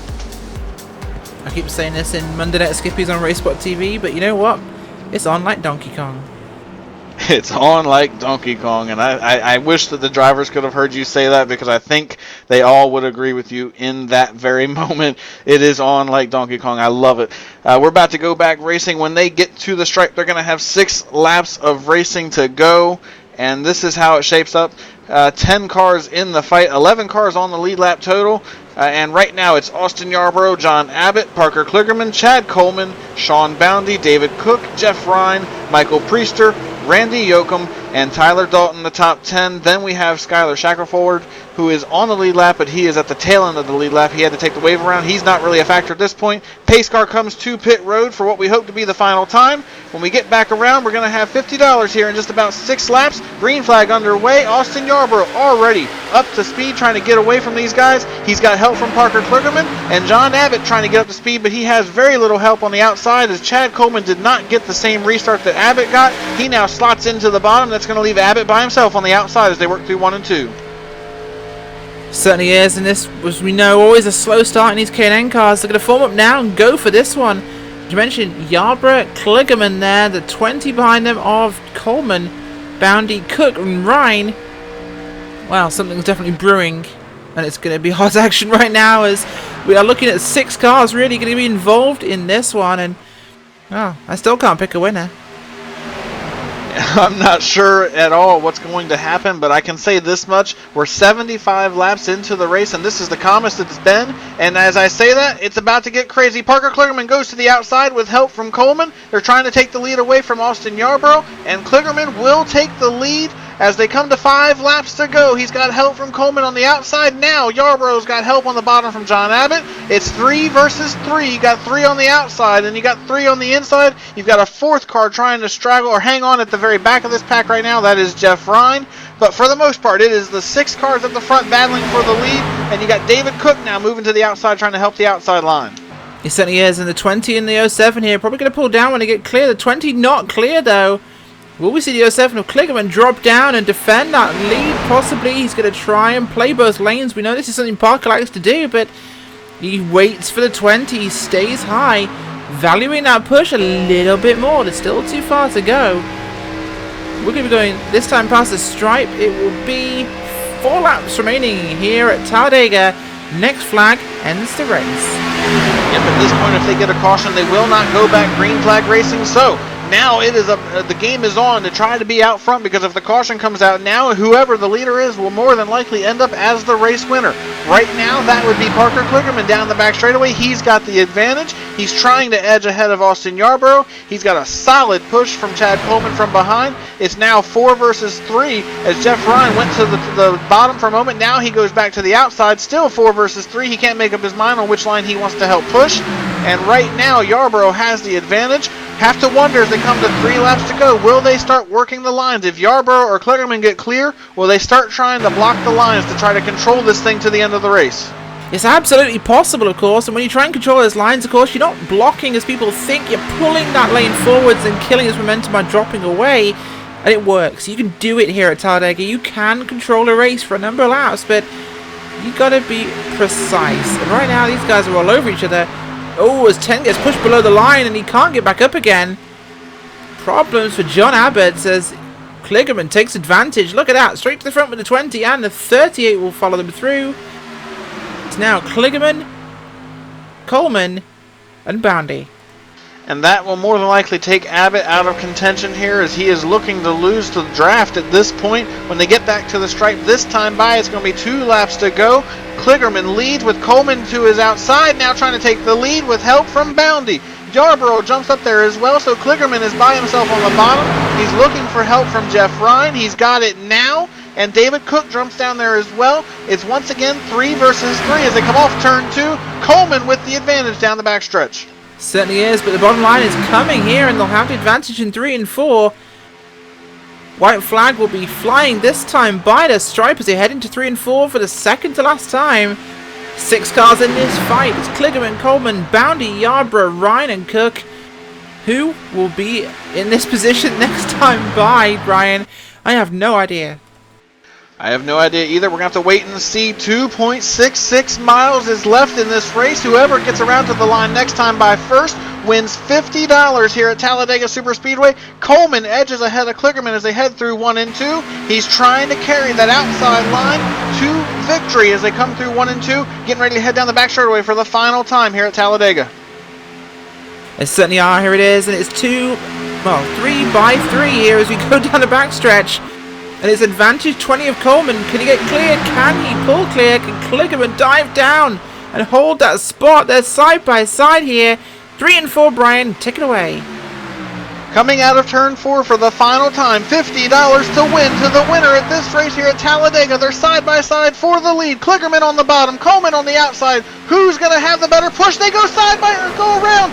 A big wreck in the tri-oval, and David Cook is going to come home with the victory here at Talladega. A big wreck in the tri-oval leads to David Cook coming home with the victory. Sean Boundy will get second, and then Austin Yarborough in the middle of all of that chaos. He managed to slide across the line to take the 3rd position. So those are your 3 drivers that will win cash prizes here tonight. David Cook gets the 50, Sean Boundy gets 30, and Yarborough gets 20. You're going to see the replay of the finish on your screen. They were battling, they were fighting and duking it out for the victory, and a little bit of contact going through the tri-oval between, it looks like, I believe that was Jeff Ryan and, Jeff Ryan and Chad Coleman that sent Kligerman around and took out all of your front runners. And Rachel, what an incredible finish.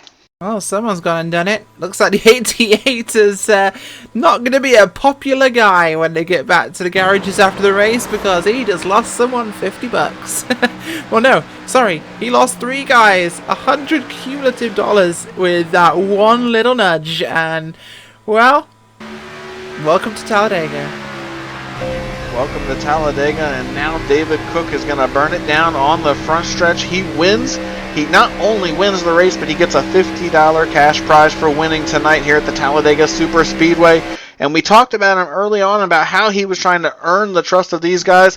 He may not have had the position to win when they were coming through the tri-oval, but he was in the right place after that wreck happened, and he came out on top. He was actually basically in last place in this group when the wreck started. He stayed at the bottom of the racetrack, and he went around it all, and because he had the momentum, they were actually almost side by side for the victory between him and Sean Boundy. What an incredible finish to this race we just saw here. You're going to see one more replay on your screen of that on board with the number 88 of Jeff Ryan and Rachel.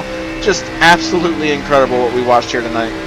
Certainly is. Fantastic racing we've seen all evening long, and what a beautiful race we've seen. That replay there, once again, the 88. Yeah, not a popular one later, but these things happen in racing, and especially coming to the tri-oval, and this is why the start finish line is where it is, so we get finishes like that in the tri-oval, and you know what, it delivered. Absolutely, it delivered, and for David Cook, he's going to get a delivery of $50. He wins here at Talladega Superspeedway. We are going to step away one final time, and when we come back, we're going to catch up with our top 3 finishers. We're going to congratulate them on their winnings for tonight's race. We'll be right back. This is LSRTV, the voice of sim racing.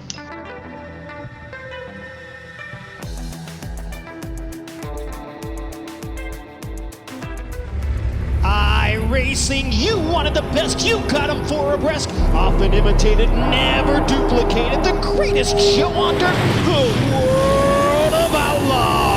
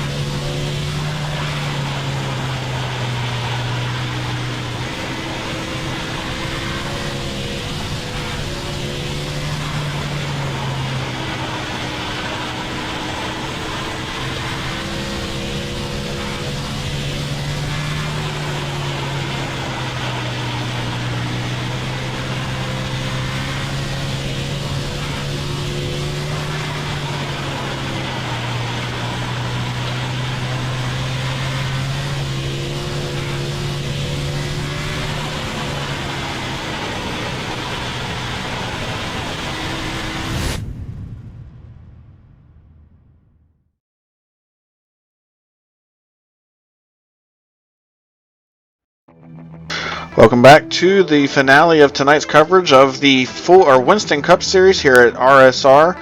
We just saw an incredible 80-lap race here at the Talladega Super Speedway that resulted in David Cook coming home with the victory and coming home with a $50 cash prize. And he also, with that, Sean Bounty and Austin Yarborough got a little bit of money to add to their wallets as well. And Rachel, just what an incredible race we saw here tonight. Just absolutely insane the amount of racing we saw all night long. Talladega, it never disappoints, Brian, and we had a fantastic one tonight as always. And well, some guys came home happy, some guys lost out, but you know what, the fans, they won.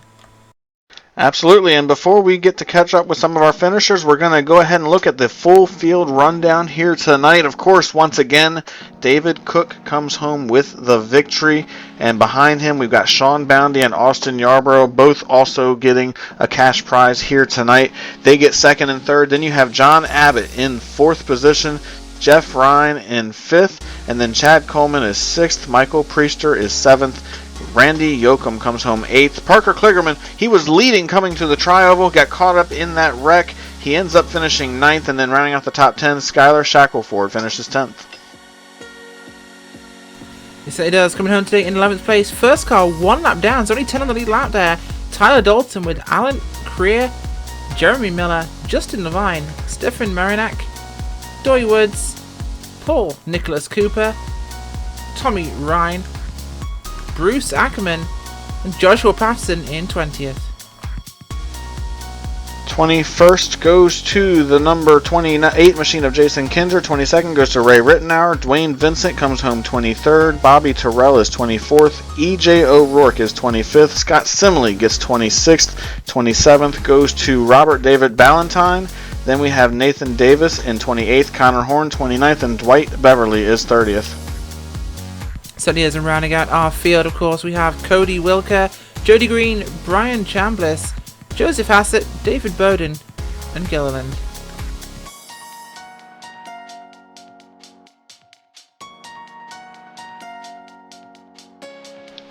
Alright, we've got the final 7 drivers here in the field. We've got Cody Welker in 31st, then Jody Green 32nd, Brian Chambliss is 33rd, Joseph Hassert 34th, and then David Bowden's 35th. That rounds out the 35-car field. I've now caught up with Austin Yarborough. He finished second here tonight and had an incredible drive through this race. Austin Yarborough, what an incredible race we saw here tonight. You came up in third position, just a little bit shy of what you were expecting, but what an incredible race we saw from start to finish. We saw 3 wide racing for much of the race, and then once we had the big one, it still was an incredible race up at the front of the field. Take us through your night.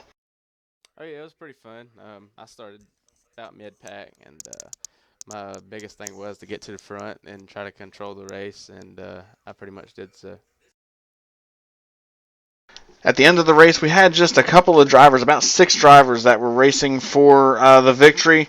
How hard was it to try to make moves in the last part of that race, knowing there wasn't as many cars to get up there and use that draft the way you had throughout the entire race? Yeah, it was tough. I didn't really have anybody to work with throughout the race, so I just wanted to try to stay out front and just have people behind me work with me. And it's tough when you ain't got nobody to work with you and communicate with anybody, but somehow I pulled through and got top 3 finish. Yeah, and since you got that top 3 finish, you did get a little bit of money to add to your wallet. Of course, it was only $20, but have to ask you the $1,000,000 question. What are you going to do with your extra money that you won here tonight? I really don't know. Probably put it back towards iRacing or something. Anything I win on here, I try to put back towards iRacing. Well, there you go. And before we let you go here tonight, Austin, just want to give you a chance to say thank you to your sponsors and say hello to any friends or family that might be watching here tonight. Who makes it happen for you on that number 5 machine? I'd like to thank Will and Dylan Motorsports. I'd like to thank John and Dwayne for giving me another chance coming back in the series and to prove myself that I'm able to stay here. And that's pretty much about it. All right, well, congrats on your 3rd place finish here tonight. Congrats on your winnings, and we look forward to catching you in another race here on LSRTV. Thanks, Austin. Thanks, sir. All right, he finishes third here at the Talladega Super Speedway, had an incredible run all night long, comes up with a little bit of money to add to his wallet, and you heard him, he's going to use it for his iRacing funds. We're now going to catch up with the second placed finisher. Rachel, I believe you caught up with Sean Bounty down there on pit road. So he did, of course, started at the back on one of those last restarts. Sean Boundy, wow, some real luck there at the end in what was probably expected for a Talladega finish. Yeah, absolutely. I bet it was probably surprising to a lot of people that I pitted from the lead with enough to get to the end. But on multiple accounts, I started from the front, and halfway through the back stretch on the restart, that outside lane would just get a ton of momentum, and I'd probably be, by the time we got around to the start-finish line, fourth on the bottom, trying to figure out how to get back up to the high side to get back to the front anyway. I knew some people were going to stay out, and I didn't think it was too much of a gamble. Fresh tires versus old tires, it allowed me to have the grip to just work the outside if I needed to. But for the most part, I didn't have much help at all. I was on my own channel, had no teammates, no friends. The 5 car and a few other cars, I worked with them on occasion, and sometimes we just got racing. So I wasn't sure who was working with who at times, and it just made for a great 2-3 wide race. Certainly did, of course, and a fantastic run to the end. We asked, of course, Austin what happened for him, but how are you going to spend that money? Probably the same way he is. My subscription's going to renew soon, so I'm going to put the money toward that, just keep racing again. There you go, all these guys putting their money back into our racing. Probably a great investment for guys who love racing. But thanks for joining us here, of course, Sean Boundy. But before we let you go, who makes it work for your team? I'm really excited to start. This is my first race in the Winston Cup Series, and RSR, the Real Sim Racing, puts on a lot of good shows with a lot of talented drivers, and I'm just excited to be a part of it. It's the first race on board with the Skittles Impala, and I love having that on board. So just really appreciative, and I want to thank you guys for broadcasting this race, and I hope it was a fun show. Awesome, well, thanks for joining us. Of course, Sean Boundy came home today, second place.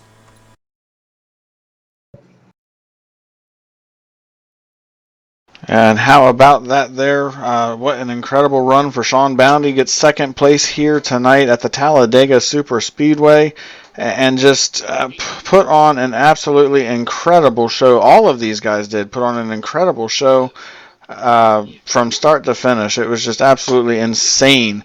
And what a pleasure it was to get to come up here and do this race, Rachel. It was just absolutely amazing. Certainly is. Fantastic racing, of course, tonight. We had a great one, actually. Awesome watching racing here at Talladega. And hopefully more soon. For more coverage here on RSR from LSRTV, you can tune in on Monday nights at 9:30. They have the Full Throttle Cup Series presented by Gary Mercer Trucking. That's every Monday night at 9:30. They use the Monster Energy Cup cars. They follow the schedule, the Monster Energy schedule, and they race about half-distance races to what we see on Sundays in the NASCAR Monster Energy Cup Series. They also have the Midnight Thunder Series that runs on Friday nights at midnight. That's an incredible series. And then, of course, this Winston Cup Series that they run on Wednesday nights. You saw some of the action here tonight. Keep coming back because it's really incredible to watch these guys race. Sunny as well. We look forward to seeing more of that, of course, on LSR TV. But Brian, I think you're heading over to talk to the interview. Perfect. Okay. I handle the Twitter, so I'll do that. Yeah. Like, if I didn't know this race was broadcast, I would have retweeted that or whatever if I knew. So, I didn't know to the end. All right, I have now caught up with John Abbott down here on pit road. You finished fourth tonight, John, here at the Talladega Super Speedway. Of course, you make all this happen here at RSR every single week. What's it like for you getting to run in your own league and then get to put on a show like tonight?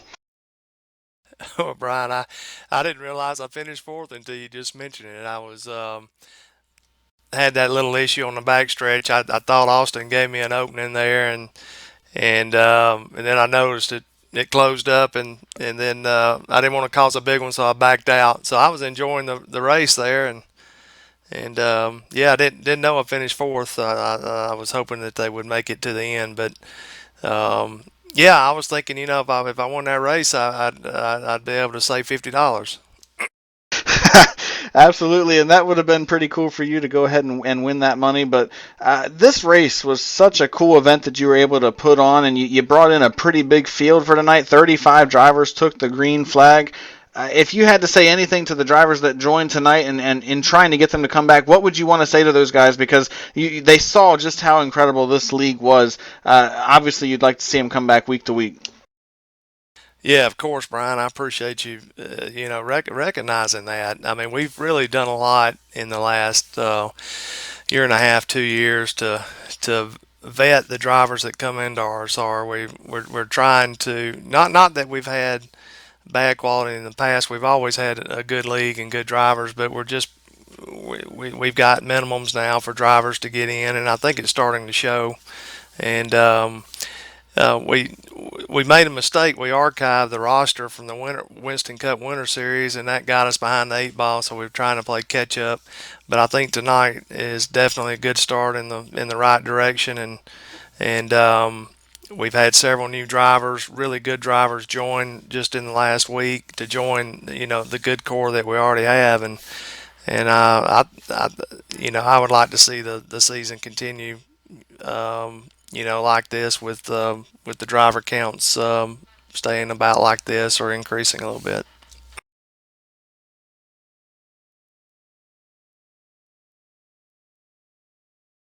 All right, and of course, John, this isn't your only series here at RSR. You have two other really incredible series, as you were already mentioning. The Full Throttle Cup Series on Monday nights, that's also presented by LSRTV.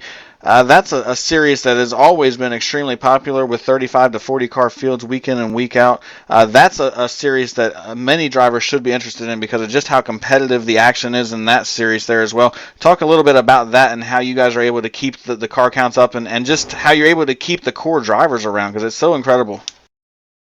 Yeah, Full Throttle we've had that since 2012. I mean, we're in our, I think, fifth or sixth season, and we run the full year. And this is by far, I think, the best lineup we've had as far as quality of drivers and in the racing we've had. Had a little hiccup at Phoenix, but I think the whole service struggled with that track last week. But yeah, we've got 60 drivers that are in that series, and we actually have. Drivers have to qualify in. 30 drivers have to qualify in each week, and that adds to the realism of racing. Having to make the field, and when a driver makes the full throttle race, I mean that's a sense of achievement for a lot of drivers, including myself. Yeah, absolutely. And real quick, we're going to just get you to say thank you to any sponsors and say hi to any friends or family. Who makes it happen for you week in and week out, John? Yeah, I just want to thank you guys for the quality of broadcast that y'all provide. You've been partners with Real Sim Racing for a long time, and without LSRTV, we would really, I think, have a different league for sure. But before I want to mention, Midnight Thunder on Friday night is a free series. This series on Wednesday night is free. Midnight Thunder will be at Texas Friday night. The server opens at 11. And the qualifying's at midnight Eastern time, so I want to encourage people to sign up for that series. We run the trucks; it's a lot of fun, good races, and I want to thank, of course, the admins, Brennan Mercer, Dwayne Vincent is jumping on board, Bobby Terrell, and we've got a couple of other admin that we're getting ready to bring on to help us moving forward.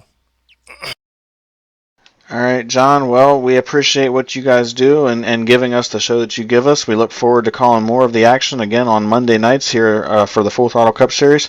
Have a good evening, sir. Okay, thank you, Brian.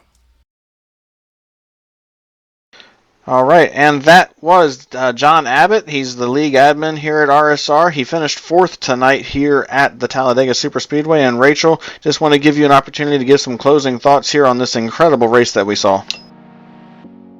Incredible is definitely a word to use, of course, Brian. We had fantastic fun tonight.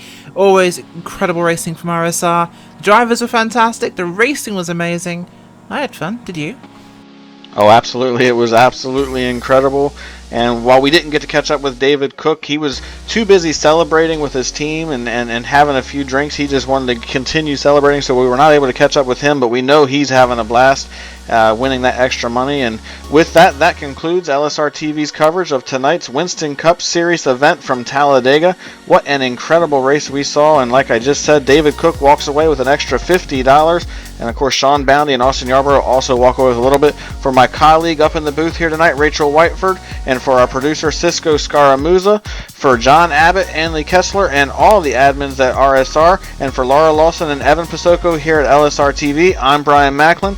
Thank you for watching tonight's broadcast, and we'll see you guys on Friday night for the Super Speedway Cup Series. It's going to be a lot of fun. Have a good night, everybody.